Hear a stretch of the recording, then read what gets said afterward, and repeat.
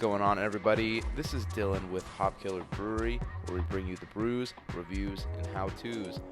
I just wanted to give you guys a brief overview of what it would be like if you were to purchase an Oktober SL1 can seamer and kind of give you an idea of how it comes out of the box. As you notice there's a bent screw in the back, and I'll get to that in a little bit. I'm just briefly going over the unit, the manual, and all that comes inside the box with it. It's really straightforward to get it going right out of the gate.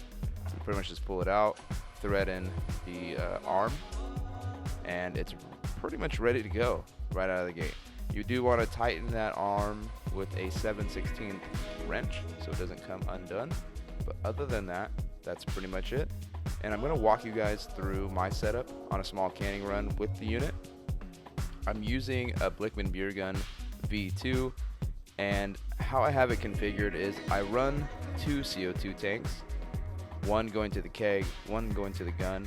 The one going to the keg, I set around 5 to 7 psi, and then the one going to the gun, I have it 15, so I can really get some good purging out of these cans, and then allow proper flow into the can through the gun so that it's not a foamy mess. I have a little bucket of sanitizer where I keep the gun in, and then I have another one to catch all the overflow because it does make quite a bit of a mess. And I don't really know how many cans per minute I get out of this unit, but it's not too terribly fast. I could not imagine doing this on a commercial scale, which some do.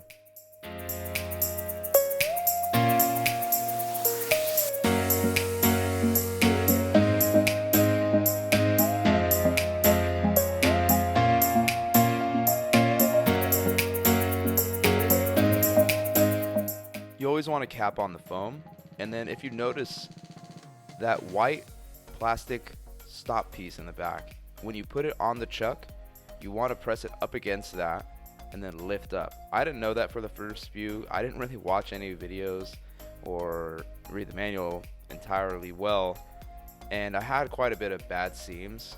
I probably had maybe 8 in total between 50 to 60 cans. Some I attributed it to not having the seam rollers, which is where the arm is, in the neutral position, so when I would jam it up it would hit one of the seamers or one of the rollers. And then another one was I wasn't aligning it properly by utilizing that white plastic piece to use as a guide, which it's designed for. So make sure you're pressing it up against that guide as you see in the back, which I didn't do necessarily there either. And that'll really help with the seam quality. I use sanitized cans, put them upside down, and then I use sanitized lids as well. Make sure you don't drink that much before this, because on your first run you're going to have a lot of seams you need that are bad, and then you're going to have a lot to drink.